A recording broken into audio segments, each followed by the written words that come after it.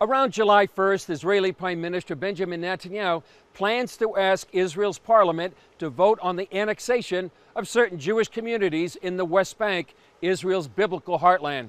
But what impact will this have on Israel, the U.S., and the people living in Judea and Samaria? We talked to some Middle East analysts about what they thought about the plan and its consequences. From the Middle East to Europe and across the Atlantic, world leaders are debating whether Israel can annex nearly one-third of the West Bank or Judea and Samaria.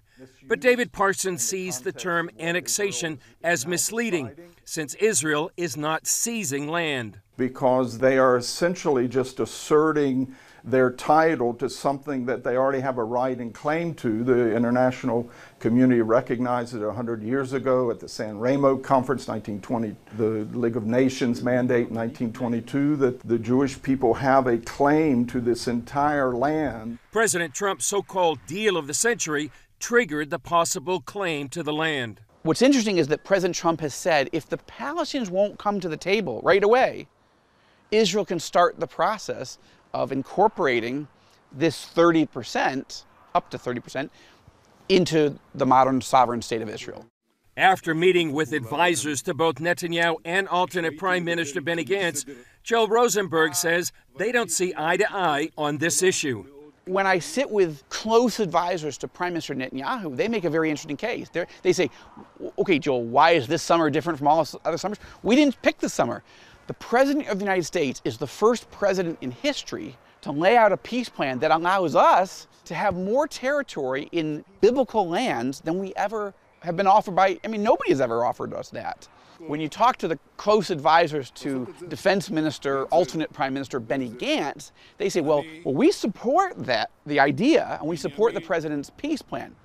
However, is this the right moment? Many leaders in Judea and Samaria are also divided. Some believe the current plan risks certain Jewish communities. There are around 15 significant Israeli settlements that will probably be dried up. They will have to, it doesn't force them to leave, but they'll probably have to leave on their own because they don't see any future as a little enclave surrounded by a Palestinian state.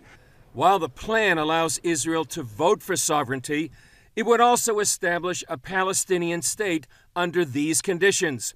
The Palestinian Authority must recognize Israel as a Jewish state, renounce terrorism, stop incitement, and end payments to convicted terrorists. Only then we start negotiations, which can lead up to 4 years. The American ambassador called it that the Palestinians will turn into Canadians. I prefer the biblical expression that wolves will turn into sheep, and then the reality will look completely different. Some argue, while it's unlikely the PA will turn into sheep, the Bible warns against giving away land God promised to the Jewish people. It's difficult to even explain it this way, but I've followed the pattern for 20 plus years, Chris, and this pattern fits that the God of Israel is not pleased about dividing Judea and Samaria for a future Palestinian state. Koenig says he's witnessed more than a 20-year pattern where the U.S. reaps consequences when it forces Israel to give away its God-given land. So I've been documenting what happens when the United States applies pressure on Israel to divide their covenant land.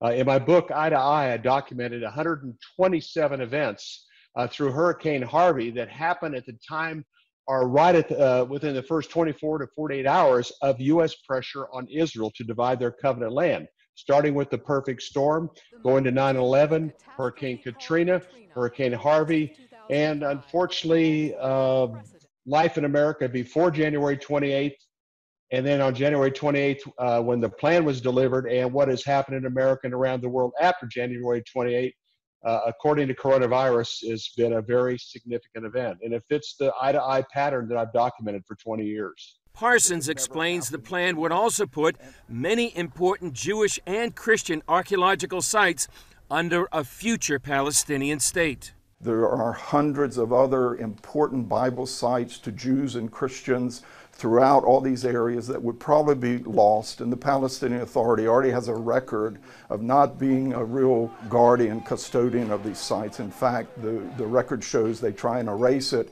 and replace it with their own Islamic narrative. The issue deeply troubles the region, especially Israel's neighbor, Jordan. So in some ways, the king of Jordan is like a man sitting on a volcano, surrounded by a forest fire, worried about an earthquake, that the earthquake could cause the volcano to blow.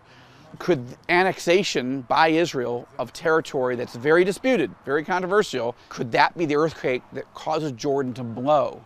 I wrote a whole novel series about the potential of the Hashemite monarchy being overthrown. This is not something that we want to see. That would create enormous instability in this region. Rosenberg, who has met with a number of Arab leaders, questions if this is the right time for annexation. If you look at the Gulf states, I think they think this complicates their effort, their desire to move steadily towards peace with Israel. He adds, most U.S. evangelicals aren't aware of the current Israeli sovereignty debate, given how COVID-19 and domestic turmoil dominates their attention.